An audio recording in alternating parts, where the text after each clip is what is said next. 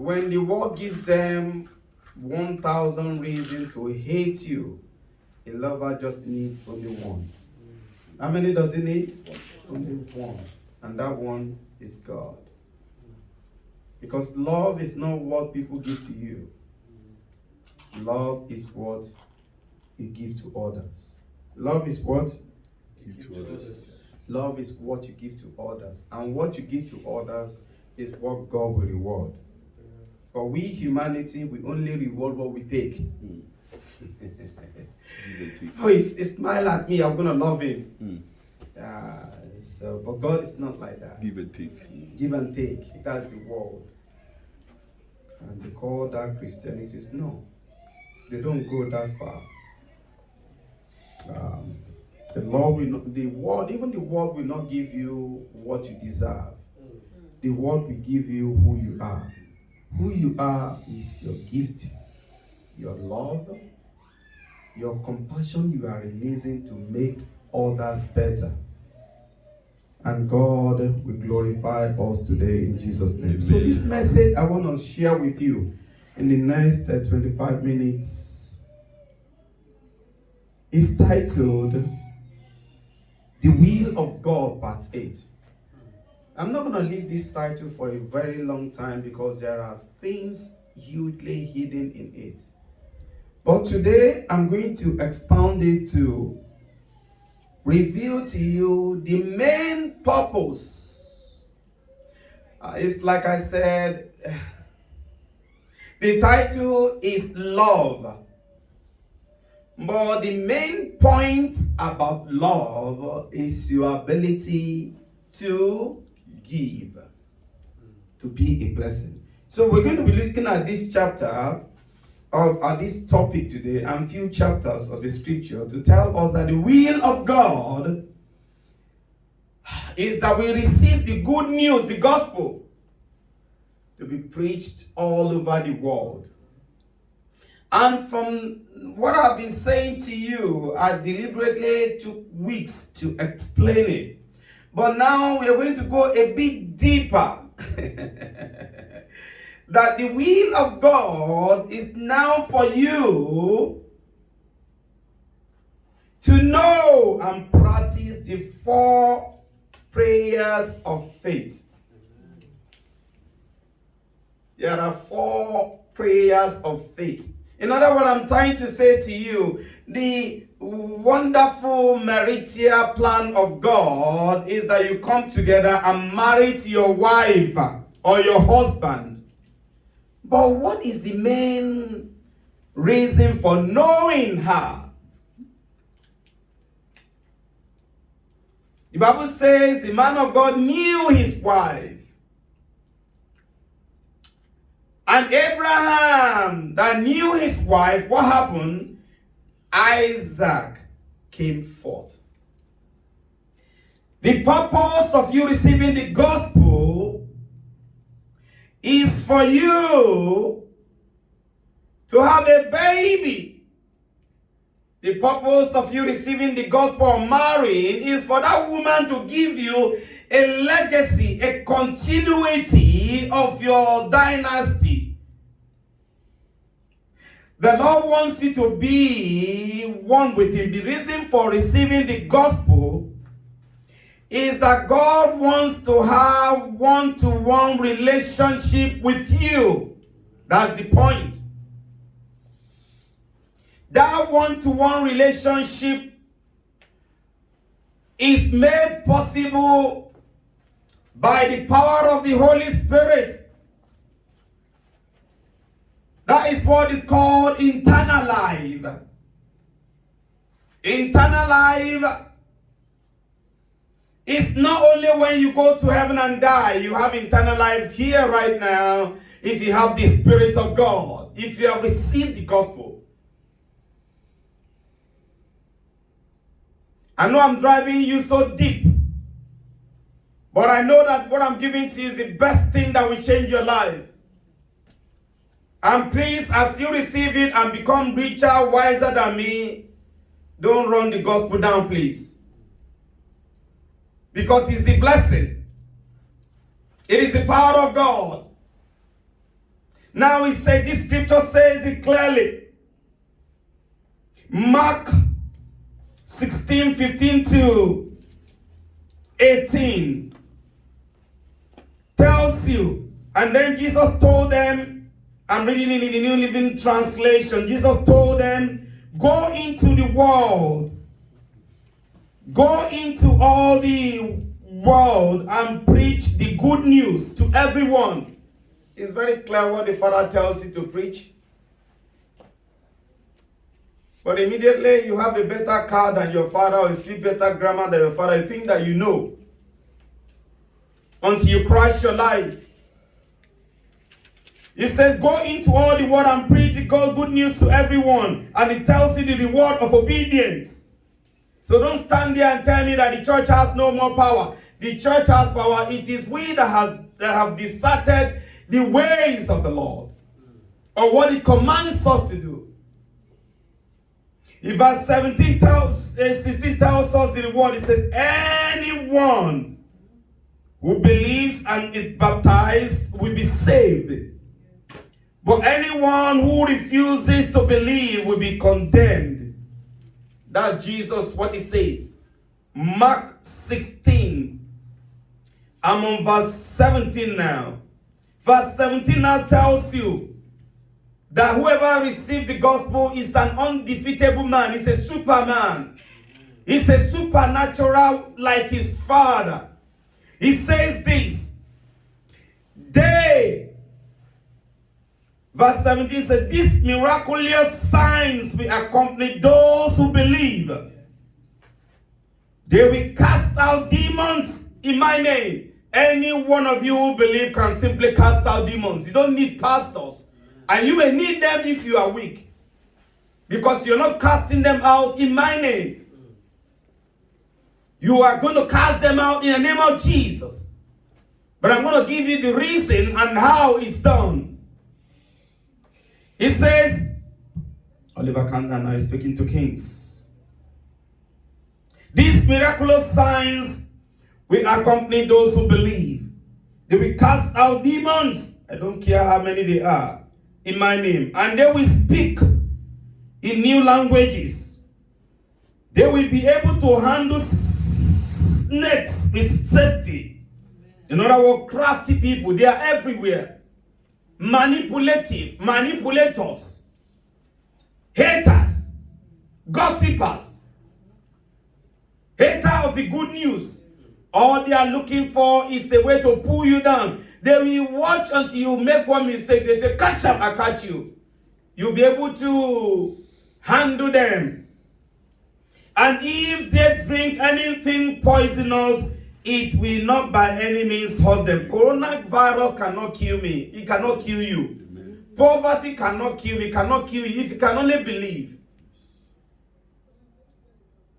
And they will be able to place their hands on the sick and they will be healed. It's not talking about pastors, it's talking about anyone who believes. My God. So what am I trying to say here? I just give you a lowdown of what we've been coming into or from in all the part 7. But this is what is the conclusion of that area before I go a bit deeper. The gospel of our Lord Jesus Christ is the power of God given to all men or all believers to receive their salvation. The gospel, the good news. Don't ask me how it works. All I know, it works. The good news is all you need for your restoration, for your reconciliation, for your redemption. The good news redeems, reconciles, restores you back to God Almighty. Amen. It may not sound Google. That is, the good news flows with the blood of Jesus Christ. There is an atonement. There is a spirit in that good news. There is a baptism in that good news. Any nation where you bring the good news, civilization will come there because it is the light of God. Knowledge will fail. Your money will fail. 7 ways to marry will fail. There's no marriage in heaven. But this good news will give you eternal life. John chapter 3 tells us only the love or the good news can build you, restores you, redeems you, and reconciles you. For God so loved the world I gave his only begotten Son, that whosoever believes in him shall not perish but have everlasting life. Amen. Everlasting life is now. This everlasting life, I want to take you a bit deeper right now. What is everlasting life that is now? Everlasting life or salvation is not just for you to go and when you die, you live forever. Everlasting life is not just for your sin to be forgiven, your Adamic sin, your inherited sin to be forgiven. Everlasting life is the Spirit of life, the Spirit of God coming into you right now. If all you have received in Christianity is all about you going to heaven, you miss the whole point of the whole issue. So I want to give you the main point of receiving salvation, receiving eternal life.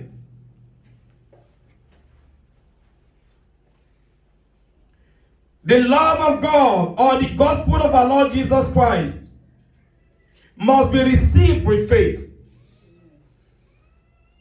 It cannot be forced on you.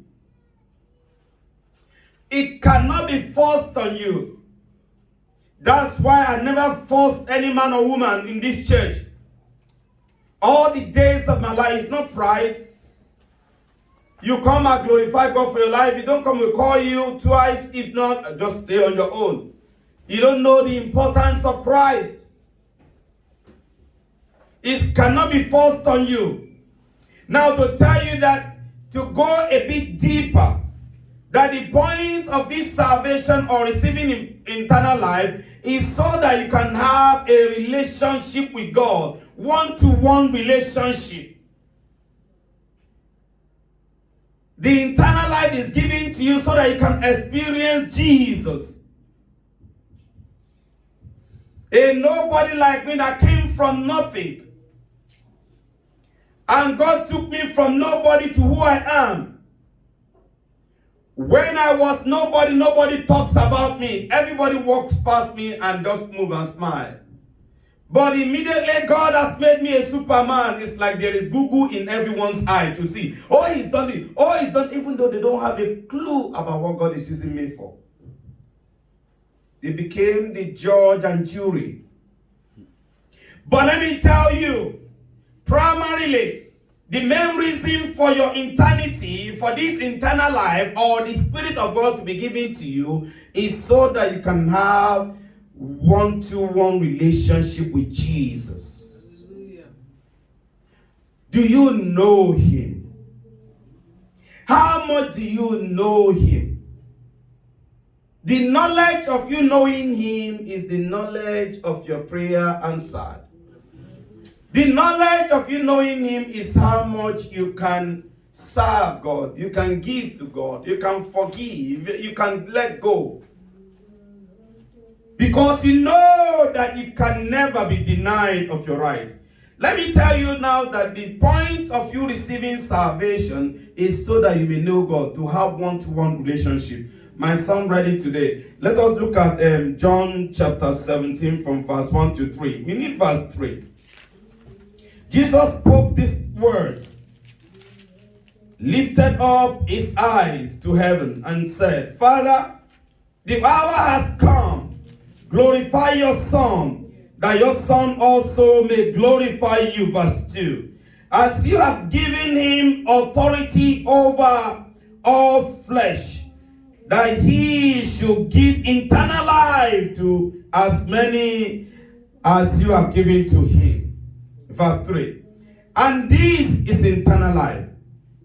And this is eternal life. Verse 3. I reiterate it again and repeat it. And this is eternal life. If somebody asks you what is eternal life, and this is eternal life, verse 3. And this is eternal life, that they may know you. Knowing God in an intimate relationship is the only reason they will give you 1 million to kill your brother. You just dump it and say, no, what I have with Jesus is greater than that. That is the only reason why they can try to take God from you and give you Satan and say, no, I want God. But if you don't have personal relationship with God, even an ordinary headache, you sit down at home. What is eternal life? Eternal life is that they may know Him. This is the reason why we marry. We marry that we may know our wife. But these days, another man, possibly the money people, are enjoying our wife better than us. No more. The money people are enjoying our husband better than us. Just in the name of lust or mammon.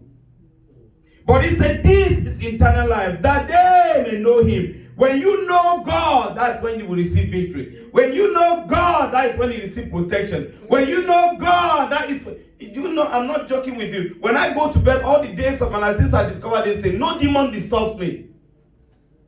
Because I know whom I believe. And if they dare disturb me in a minute, if I wake up, I'll rain hell upon them. Next time, they will never try it again because they know what is going to happen. He says, and this is eternal life, that they may know Him, the only true God, and Jesus Christ that you have sent. So what is eternal life? Eternal life is knowing God Almighty through Jesus Christ. Eternal life is you receiving that Holy Spirit, and that Holy Spirit will lead you in all blessing if you obey Him. Now, this is so powerful. So I've given you the main purpose of receiving salvation. What is it? So that you may know God. The main purpose of receiving salvation is so that you may know Him in a personal relationship, in a close relationship. God wants us to know Him in a personal relationship. Many years ago, I used to preach that Christianity is a relationship. Friendship is a relationship. Until this day, we have children that hate their father. We have daughters that do not want to stay with their mother and their father, both spiritually and biologically. Until this day, we have wives that we earn salary, they hate it, no husband don't know about it. Until this day, we have husbands that we have money, they don't show it to their wives. And the hell is getting loose. And they say they need power. No, you're not going to get it. Because you are just a manipulator. The purpose of God is that He may know you. That you may serve Him. That God may use you as He please. But this is the generation we have now. God, just do it, you are God. And if you don't do it, you are not God. And God said, thank you. I've been a God before. I've been God Almighty before you were born. So, God wants us to know Him in a personal, close relationship. Not all these gimilatious. Jimmy, Father, if you don't give me this, I will not worship you. No. Listen. If I am your friend, only the day I speak what is sweet to your ear, you are my enemy. If I am your father, only when I get it right, you are my hidden enemy. Even when I'm not there, you must protect me. You must speak for me. And whatever goes around will come around to you. I don't know who I'm speaking to. God doesn't just want you to know Him or to receive salvation. He wants you to have a powerful, sweet relationship with Him. Just trust Him, even if it's going to take your life. Do you know how many times the enemy has taught me to close this church? Oh my God, they just missed it like a monkey. As for me and my household, we'll be serving this Jehovah. Because this is the only thing I will do even when I pass out and go to Him.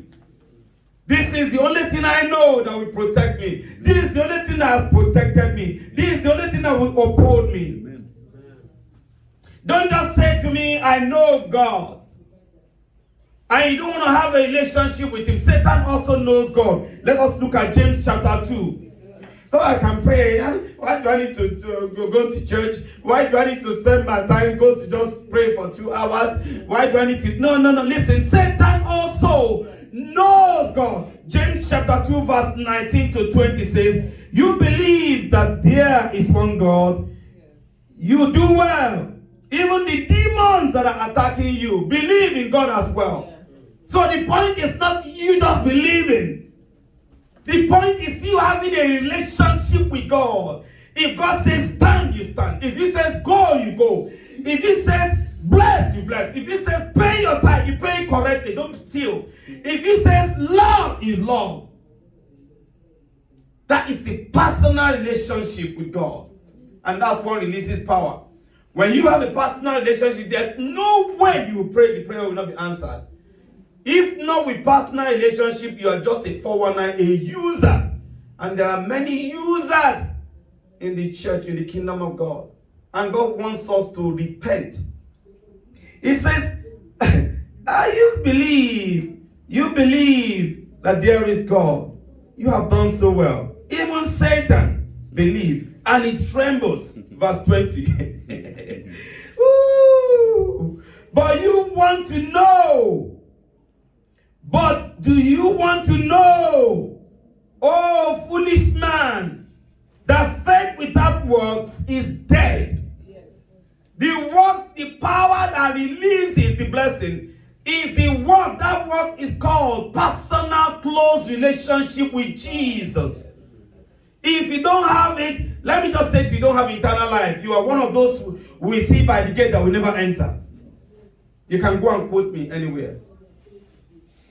Because you are just like a wife that have a husband and knowing other men out there, and you are claiming to have, you'll be divorced one day. And also men as well. So this is so powerful. So eternal life is in knowing God. Those who know God can never joke with him. Those who know God can never trade with him.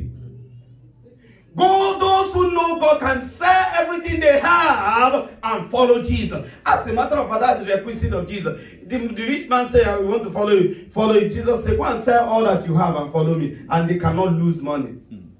They cannot be faithful in little things. That's the problem we're having in Nigeria, wherever we go are. We preach all those religious things.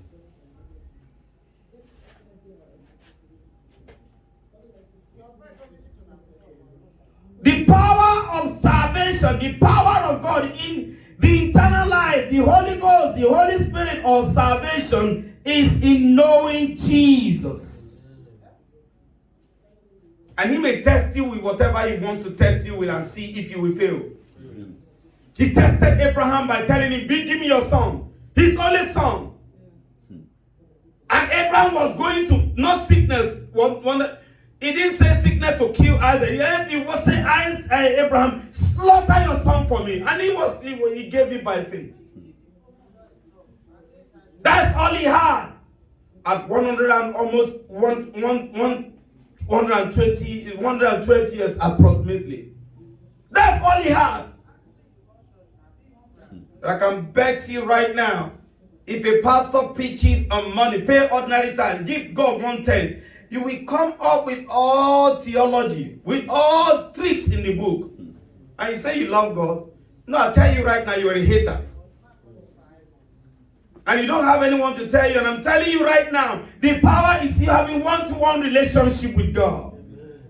The goal of the gospel, therefore, what is the goal? The goal of the gospel is what? To have, is to know Jesus. To have the one-to-one relationship.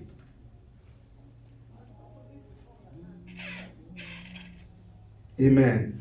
Now let me give you the 4 prayer of faith, the 4 keys to the prayer of faith before people start deceiving you. Because I've heard so many people who will tell you, don't pray, you don't need to pray, you don't need anyone to pray for you. You will die. I'm telling you that right now. The Bible didn't say that. Number one, prayer is a divine privilege given to you by God to communicate with God. Prayer is a divine relationship with God. Prayer is the magnet that attracts your desires. Prayer is an agreement between you and God. If you have known Him, then you can pray. The reason why we pray, we say it doesn't work, is because we don't know Him. Prayer is a ministry on its own. Prayer must flow from your faith, from knowing God. Prayer of faith, therefore, is the key to answered prayers. The 4 types of prayer of faith will bless your life. God just gave me this today. You have not heard it anywhere. They've not Googled it to you. Some sweet-quoted man will get it tomorrow and make millions with it. But it comes from the will of God. Glory to God. Hallelujah. Glory to God. Therefore, there are 4 levels of prayer of faith. For these 4 levels of prayer of faith to work, you need 2 things. What are they? Faith or agreement. Number 2, you must desire and want it. That you see it in Mark 11:24. Therefore I say to you, whatever thing soever you desire, whatever you desire, whoever desires, when you pray, believe you receive it, and you shall have it. All you need to pray is to desire. Ask God. Number 1, the 4 types of prayer of faith. Number 1, self-prayer of faith. You can pray for yourself. And that is in James chapter 5. Reverend read it to us today. James chapter 5. Note this one. And don't ever allow anybody to kill your faith by telling you you cannot pray. People cannot pray for you. All those things, they are dropping in your back here. Don't take it. It's gimmicks. They are all gimmicks. They are all lies. This is what it says. James chapter 5 verse 13. It says, is anyone among you suffering? What did he say you should do?